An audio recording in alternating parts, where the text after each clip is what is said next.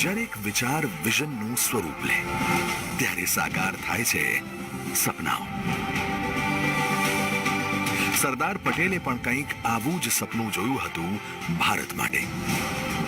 સમાજ નિર્માણથી રાષ્ટ્ર નિર્માણના આવા જ લક્ષ્ય સાથે બીજ રોપાયું હતું સરદાર ધામનું. અને સરદાર ધામ મિશન અને વિઝન 2026 અંતર્ગત સમાજના સર્વગ્રાહી વિકાસ માટે 5 લક્ષ્ય બિંદુઓ નક્કી કર્યા. જ્યાં એક તરફ પાટીદાર સમાજના યુવાન બાળકોના ભણતર, ગણતર અને ભવિષ્ય ઘડતર માટે શ્રેષ્ઠ સુવિધાઓ અને અદ્વિતીય આયોજનોને આકાર આપવામાં આવ્યો અને નિર્માણ પામ્યું સરદાર ધામ અજોડ ભવન. ત્યાં બીજી તરફ ગુજરાતના તત્કાલીન મુખ્યમંત્રી અને વડાપ્રધાન શ્રી નરેન્દ્રભાઈ મોદીએ આપેલા વાઇબ્રન્ટ ગુજરાતના વિચારને આર્થિક વિકાસના ભાગરૂપે સરદાર ધામે નવી દિશામાં લઈ જવાનું નક્કી કર્યું. वाइब्रेंट गुजरात समिट के जरिए जो शुरुआत कभी गुजरात ने की थी, ग्लोबल पाटीदार बिजनेस समिट उन लक्ष्यों को आगे बढ़ाएगी. पाटीदार समाज की तो पहचान ही रही है, ये जहां कहीं भी जाते हैं वहां के व्यापार को नई पहचान दे देते हैं. आपका ये हुनर अब गुजरात और देश में ही नहीं पूरी दुनिया में पहचाना जाने लगा है.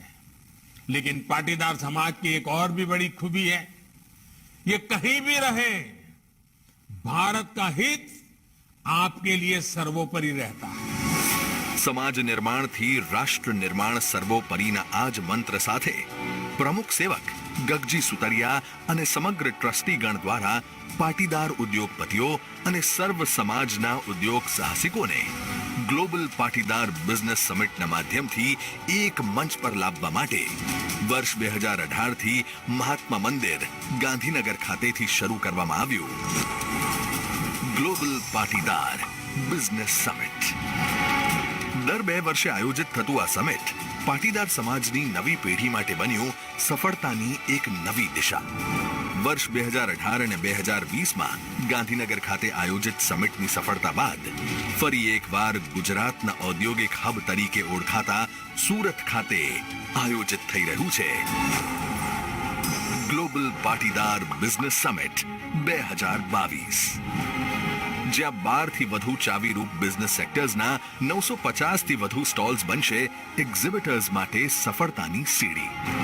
30,000 સ્ક્વેર મીટરના ભવ્ય એક્ઝિબિશનમાં પ્રદર્શિત 30,000 થી વધુ ઉત્પાદનો ભવિષ્યના ભારતની ડિમાન્ડ માટેની સપ્લાય ચેઇન બનશે.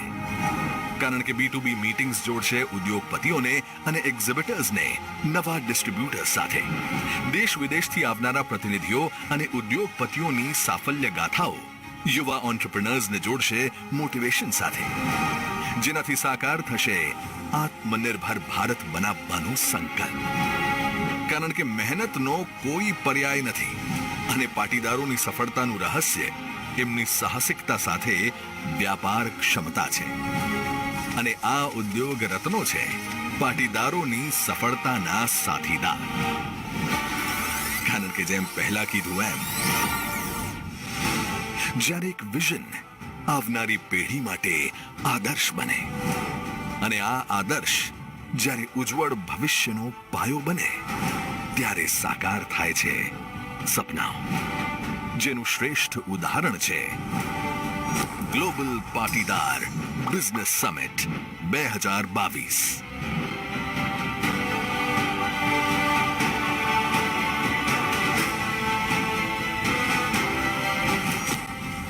જય સરદાર, જય હિન્દ.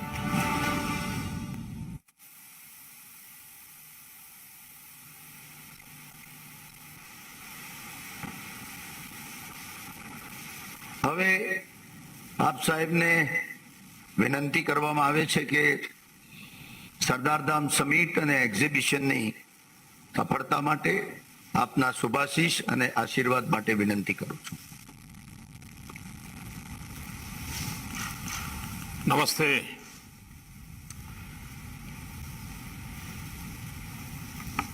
गुजरात के लोकप्रिय मुख्यमंत्री श्री भूपेंद्र भाई पटेल,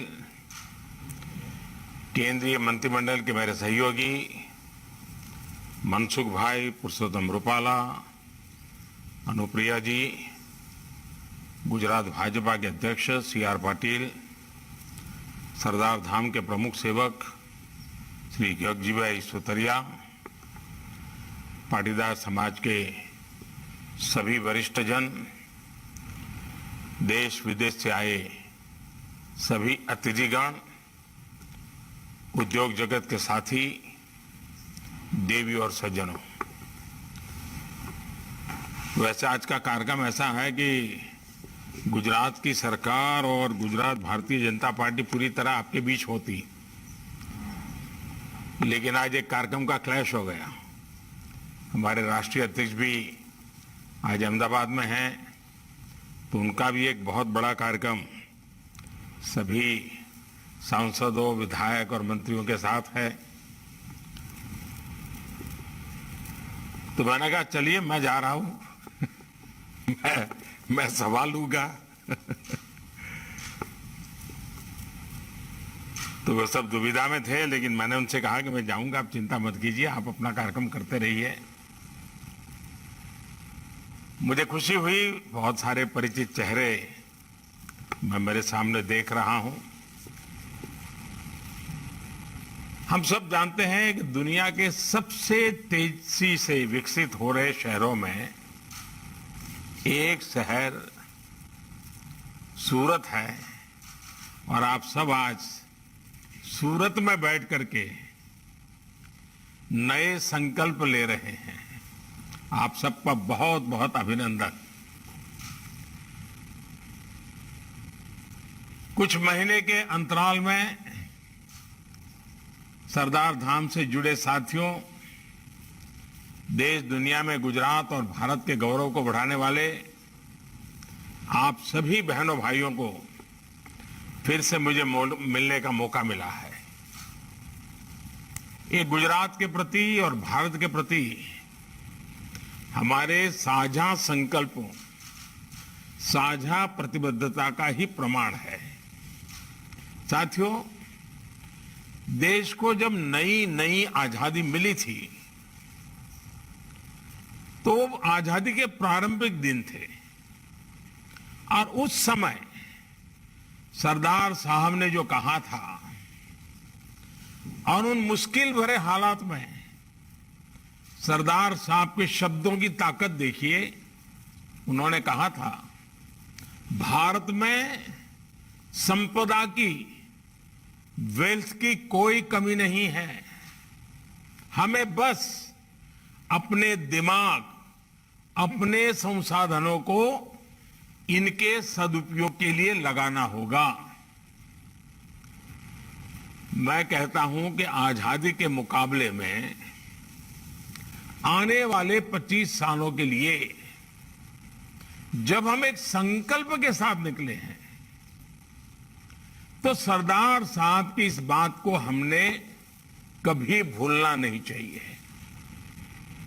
आज भारत के पास इतना कुछ है, हमें बस अपने आत्मविश्वास को, आत्मनिर्भरता के अपने जज्बे को मजबूत करना है। ये आत्मविश्वास तभी आएगा जब विकास में सबकी भागीदारी होगी, सबका प्रयास लगेगा। साथियों, बीते 8 सालों में देश में बिजनेस का, उद्यम का, क्रिएटिविटी का एक नया विश्वास जगाने का प्रयास किया जा रहा है। अपनी नीतियां, अपने एक्शन के माध्यम से सरकार का निरंतर प्रयास है कि देश में ऐसा माहौल बने कि सामान्य से सामान्य परिवार का युवा भी एंटरप्रेन्योर बने, उसके सपने देखे, वो एंटरप्रेन्योरशिप पर गर्व करे। Make in India, make for the world, इसको नए भारत की नई संस्कृति बनाने के लिए मैं समझता हूं काम किया जा रहा है। इसलिए आधुनिक कनेक्टिविटी के इंफ्रास्ट्रक्चर के विकास, नए शहरों के निर्माण, पुराने शहरों में स्मार्ट सुविधाएं विकसित करने, नियमों, कायदों, दस्तावेजों, कंप्लायंसेस के बोझ से देश को मुक्त करने और इनोवेशन की, आइडिया की हैंड होल्डिंग, ऐसे सभी कामों पर एक साथ काम किया जा रहा है। साथियों, मुद्रा योजना आज देश के उन लोगों को भी अपना बिजनेस करने का हौसला दे रही है जो कभी इसके बारे में सोचते भी नहीं थे। स्टार्टअप इंडिया से वो इनोवेशन, वो टैलेंट में भी आज यूनिकॉर्न के सपने साकार होते देख रहा है, जिसको कभी रास्ता नहीं दिखता था। प्रोडक्शन लिंक इंसेंटिव यानी पीएलआई योजना ने पुराने सेक्टरों में तो मेक इन इंडिया का उत्साह तो भरा ही है, सेमीकंडक्टर जैसे नए सेक्टर्स के विकास की संभावनाएं भी उभर करके सामने आ रही है। अब देखिए, कोरोना काल की अभूतपूर्व चुनौतियों के बावजूद देश में एमएसएमई सेक्टर आज तेजी से विकास कर रहा है। लाखों करोड़ रुपए की मदद देकर एमएसएमई से जुड़े करोड़ों रोजगार बचाए गए और आज ये सेक्टर नए रोजगार का तेजी से निर्माण कर रहा है। यहां तक कि रेहड़ी ठेले जैसा बहुत छोटा व्यापार कारोबार करने वाला देशवासी भी आज भारत की ग्रोथ स्टोरी से अपने आप को जुड़ा महसूस करता है। पहली बार उसको भी पीएम स्वनिधि योजना से फॉर्मल बैंकिंग सिस्टम में भागीदारी मिली है। हाल ही में हमारी सरकार ने इस योजना को दिसंबर 2024 तक के लिए एक्सटेंड कर दिया है। साथियों, छोटे से बड़े हर व्यवसाय, हर कारोबार का देश के विकास में महत्वपूर्ण योगदान है। सबका प्रयास की यही भावना तो अमृत काल में नए भारत की ताकत बन रही है। मुझे खुशी है कि इस बार की समिट में आप इस विषय पर विस्तार से चर्चा कर रहे हैं અને જ્યારે સુરતના લોકોને મળી રહ્યો અને આટલી મોટી સંખ્યામાં દેશ વિદેશથી બધા આવ્યા હોય અને હમણાં ગગજીભાઈ બહુ ભાવુકતાપૂર્વક વિસ્તારથી બધી વર્ણન કરતા હતા। એક નવી આશા અને ઉમંગ જગાવે એવી વાતો હંમેશા ગગજીભાઈ પાસે હોય છે। તમે ગગજીભાઈ જોડે વાત કરો તો નિરાશાનું નામ જ ના હોય। હંમેશા કંઈક નવું કરવાની વાત એ કદાચ ગગજીભાઈનો સ્વભાવ જ બની ગયો છે અને સમાજ માટે કરવાનું, જાત ઘસીને કરવાનું અને એના જ કારણે આ બધા કામો સફળ થતા હોય છે। પણ આજે જ્યારે હું તમારી વચ્ચે જરા મન ખોલીને વાત કરતો હોઉં છું, આપણે વિચાર કરવો પડે કે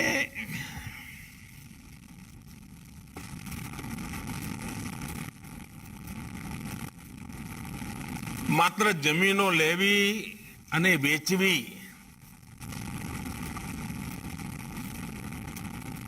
બધા હસવા માંડ્યા છે।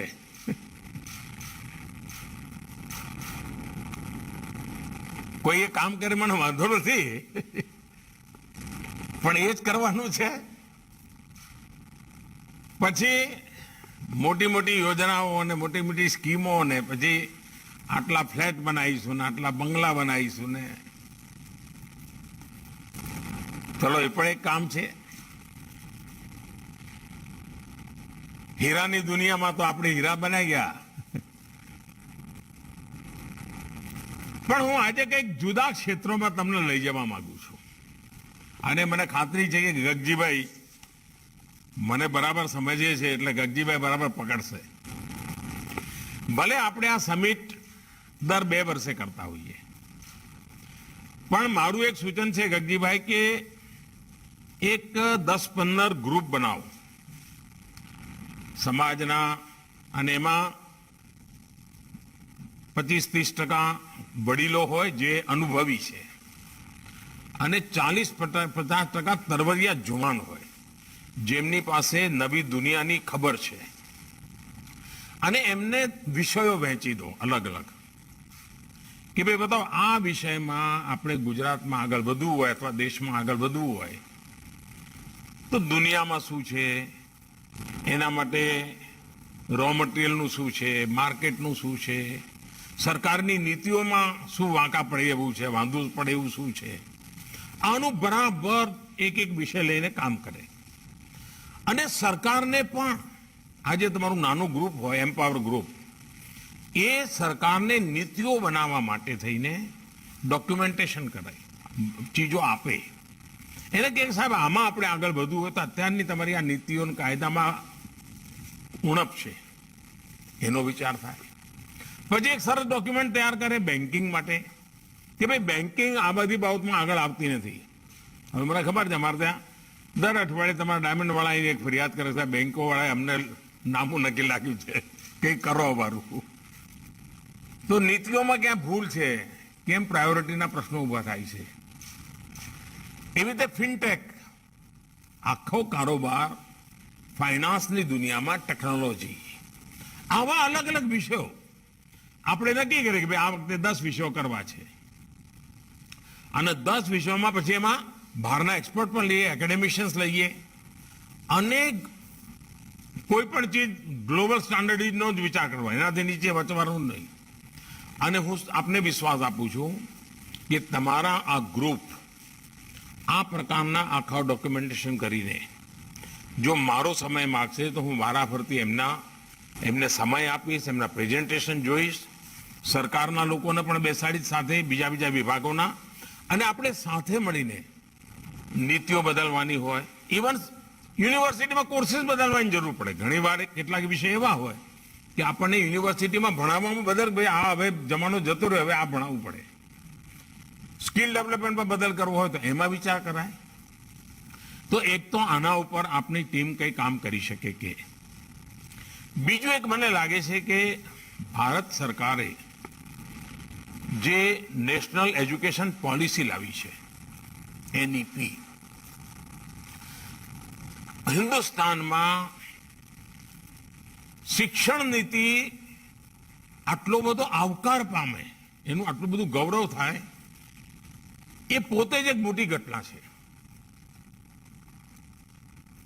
હિન્દુસ્તાનમાં ગમે તે રાજનીતિક વિચારધારાના લોકો હોય, ગમે તે એકેડેમિક દુનિયાના લોકો હોય, બધાએ એને ગૌરવપૂર્વક સ્વીકાર કર્યો છે. તમારે ત્યાં પણ એક ટીમ બનાવો, કારણ કે મેં જોયું છે કે શિક્ષણમાં પણ આપણા સમાજના લોકો ઘણું કરી રહ્યા છે, પણ આ નેશનલ એજ્યુકેશન પોલિસીનો સ્ટડી કરીને આપણા સમાજના લોકો જે એકેડેમિકમાં રહ્યા છે, અને ગુજરાતના બાકી લોકો પણ, આપણા ગુજરાત અથવા આપણે જે દિશામાં જવા માંગીએ છીએ હિન્દુસ્તાનના કોઈ પણ ખૂણામાં, એમાં આપણે આ નેશનલ એજ્યુકેશન પોલિસીનો 100% લાભ લેવા માટે આપણે આપણી વ્યવસ્થાઓમાં, નીતિ નિર્ધારણમાં શું બદલ કરી શકીએ, આ એક બીજું કામ. ત્રીજું મારે સાથીઓ આપને કહેવું છે, અહીં મારી સામે બધા જે લોકો છે ને 99% ખેડૂતના દીકરા છો. હવે તમે સુરતમાં કરોડો રૂપિયામાં રમતા હો, મને કઈ આનંદ થાય મારા માટે, પણ ભાઈ આપણી જળ જે છે ને, એ તો આપણું ખેતર જ છે, ખેતી જ છે, આપણા વડવાઓનું જે તપ છે ને એ જ છે. હવે મને કહો કે આપણે આટલા બધા આગળ વધ્યા, આપણી ખેતી આગળ વધી, આપણા ખેતીના ક્ષેત્રમાં ઇન્વેસ્ટમેન્ટ આવે છે. લગભગ જમીન પર બિલ્ડર આવે ને મોટી ઇમારત બનાવી દે, કમાણી થાય એ વાત જુદી છે. સાચ અર્થમાં જ્યારે હવે નર્મદાનું પાણી ગુજરાતને ખૂણે ખૂણે પહોંચ્યું છે, ત્યારે હું ઈચ્છું કે ગુજરાતની ખેતી આધુનિક બનાવવા માટે એ પણ એક મોટો બિઝનેસ છે. તો માની ચાલો, દુનિયાનું પેટ ભરવાની તાકાત છે આપણામાં, પરંતુ આપણે આપણા સંસાધનોનો ઉપયોગ પૂરતો નથી કરતા. એકાદ બે ખેડૂતો પ્રગતિશીલ હોય, સારી રીતે કરતા હોય. મારી તમને વિનંતી છે કે ગુજરાતની જમીનોનો પૂર્વ અધ્યયન કરનારી એક ટીમ બનાવો. એગ્રીકલ્ચર યુનિવર્સિટી સાથે, એગ્રીકલ્ચર ડિપાર્ટમેન્ટ સાથે મળીને, અને તમે વિચાર કરો કે આજથી 25-50 વર્ષ પહેલા જે કોઈ દીર્ઘદ્રષ્ટા લોકો હતા, એમાં સરદાર સાહેબ પણ હતા, જો ગુજરાતમાં ડેરી ઉદ્યોગ વિકસ્યો ના હોત, પશુપાલન અને ડેરી જો ના હોત, તો દુષ્કાળગ્રસ્ત આપણું ગુજરાત રહેતું હતું. અને જો દૂધની દુનિયામાં આપણે ના પહોંચ્યા હોત, તો આપણા ગામડાની અને આપણા ખેડૂતોની દશા શું થઈ હોત ભાઈ? મૂલ્ય વૃદ્ધિ થઈ. આજે દુનિયામાં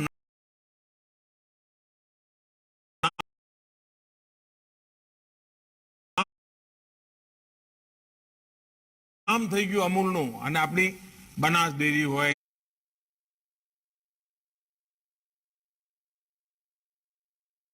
એક મોટી તાકાત આ બધી વ્યવસ્થાઓથી મળી ગઈ. એવી તાકાત કૃષિ પેદાશોને મળી શકે. એગ્રો બેઝ ઇન્ડસ્ટ્રી, હું તમારી પાસે આશા ના કરું તો કોની પાસે કરું ભાઈ?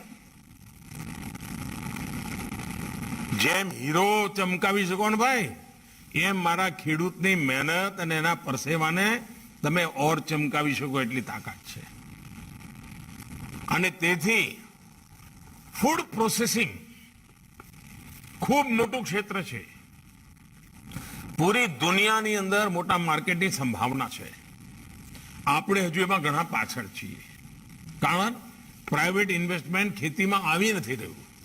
અને આપણો ખેડૂત, નાના ખેડૂતો છે મોટા ભાગના, આપણે ત્યાં 1 એકર 2 એકર જમીન હોય, પરંતુ જો મોટા પાયે પર તમારે ત્યાં પ્લાન કરીને આધુનિક ખેતી, ખેત ઉત્પાદન પણ ચીલા ચાલુ નહીં. હવે તમે વિચાર કરો કે તમે બધા ખેડૂતના દીકરા અરબો ખરબોમાં રમતા હો, અને મારા દેશને 80,000 કરોડ રૂપિયાનું ખાવાનું તેલ બહારથી લાવવું પડતું હોય, તો ભાઈ પછી હું તમારી પાસે કઈ આશા રાખું કે ના રાખું?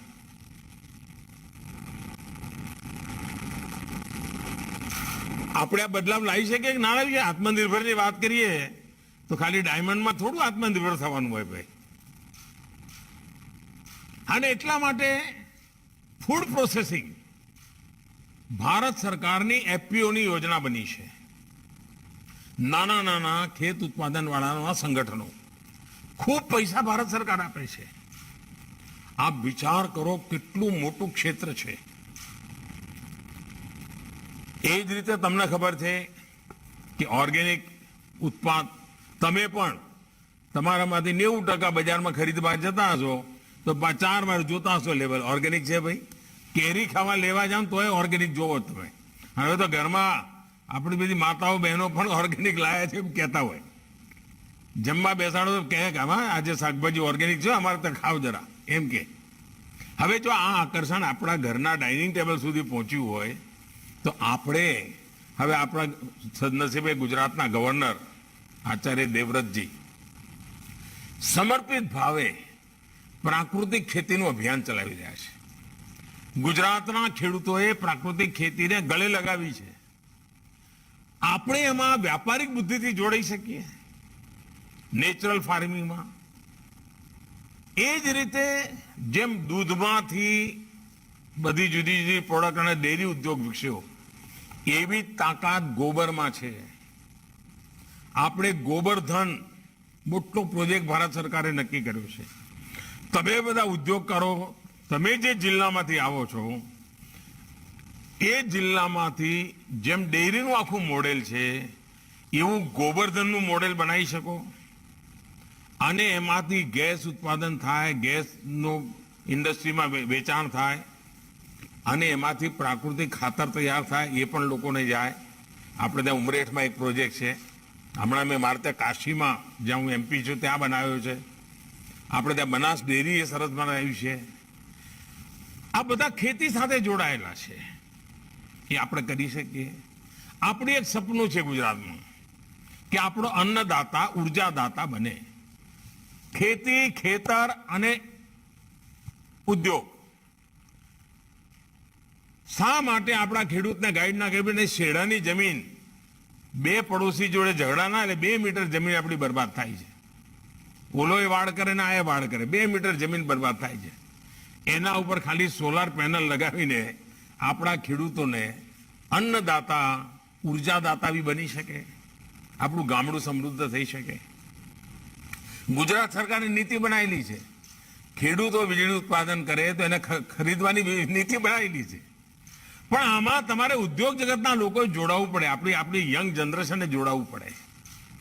હું એટલા માટે ગામ આધારિત અર્થકારણનું તમારી પર આગ્રહ રાખું છું, કારણ કે ઘણીવાર આપણને મોટું મોટું તો સરસ દેખાય છે, પરંતુ પાયાના કામ માટે તમે અમારી મદદ કરી શકો.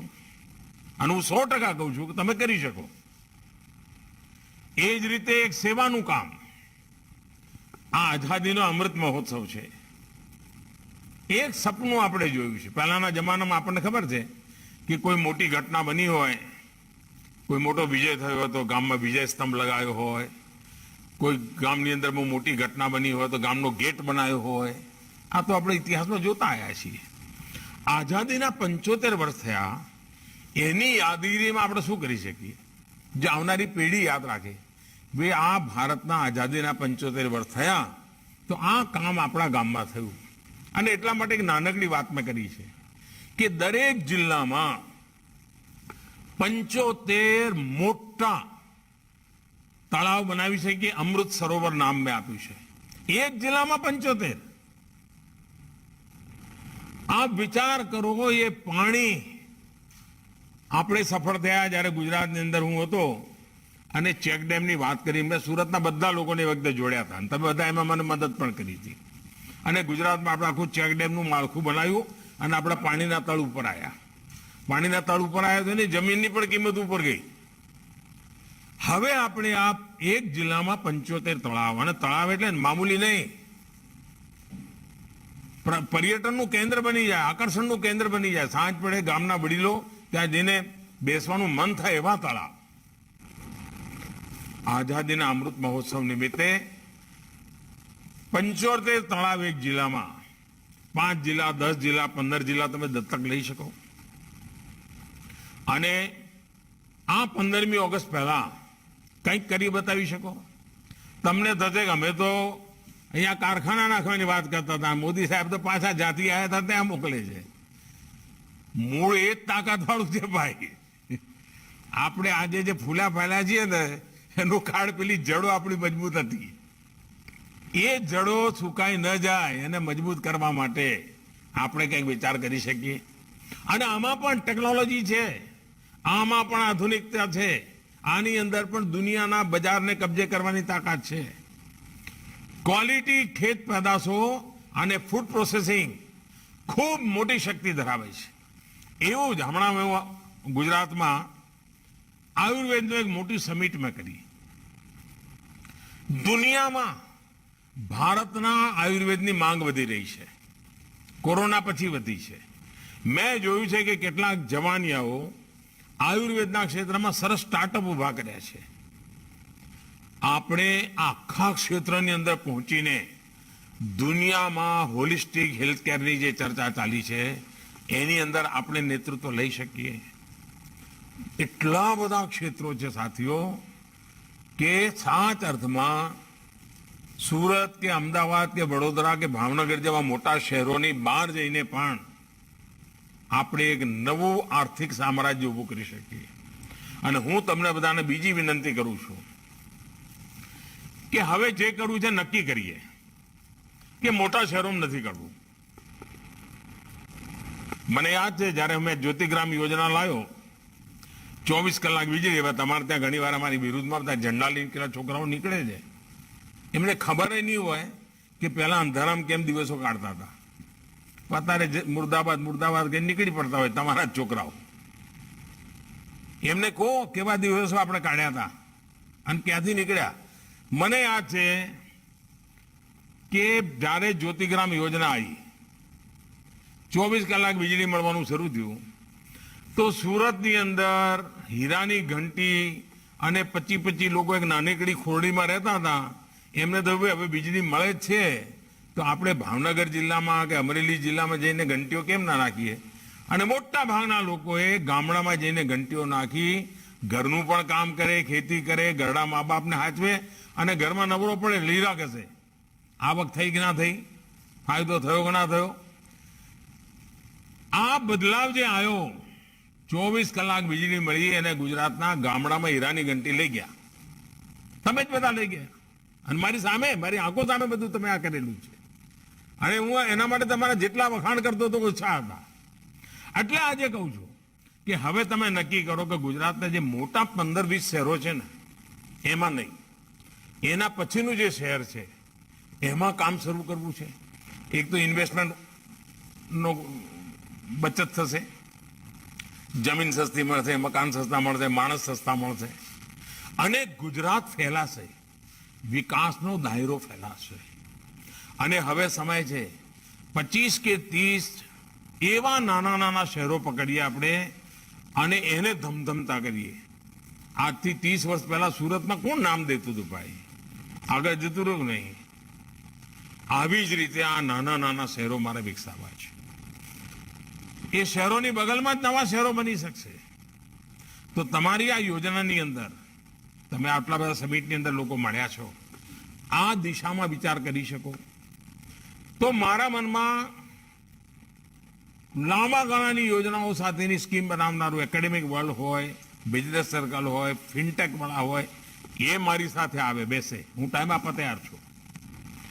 કારણ મને ખબર છે, મને તમારામાં ભરોસો છે અને હું તમને કામ એટલા માટે સોંપું છું કે મને ખાતરી છે કે ભલે 8-10 કંઈક તો 2 રહી જશે, પણ 8 તમે જ કરશો, બીજું કોઈ કરવાનું નથી. એટલે જ તમને કહું છું ભાઈ, તમે જે દાડ કહેશો કે મોદી સાહેબ હવે નથી કરવાનો, તો હું બોલવાનું બંધ કરીશ.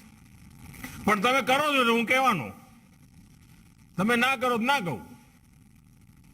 અને તમારે સાંભળવું એટલા માટે પડે છે કે તમે કરો છો. મેં આજ સુધી તમને જેટલું કહ્યું બધું તમે કર્યું છે. અને જયારે તમે કરતા જ હોય તો ભાઈ કહેવાનું મન પણ થાય. અને એટલે મારી અપેક્ષા છે દોસ્તો કે એક નવા વિશ્વાસ સાથે અને વૈશ્વિક, હવે આપણે નાનું કશું કરવું નથી ભાઈ, પાછળ વળી જોવું નથી.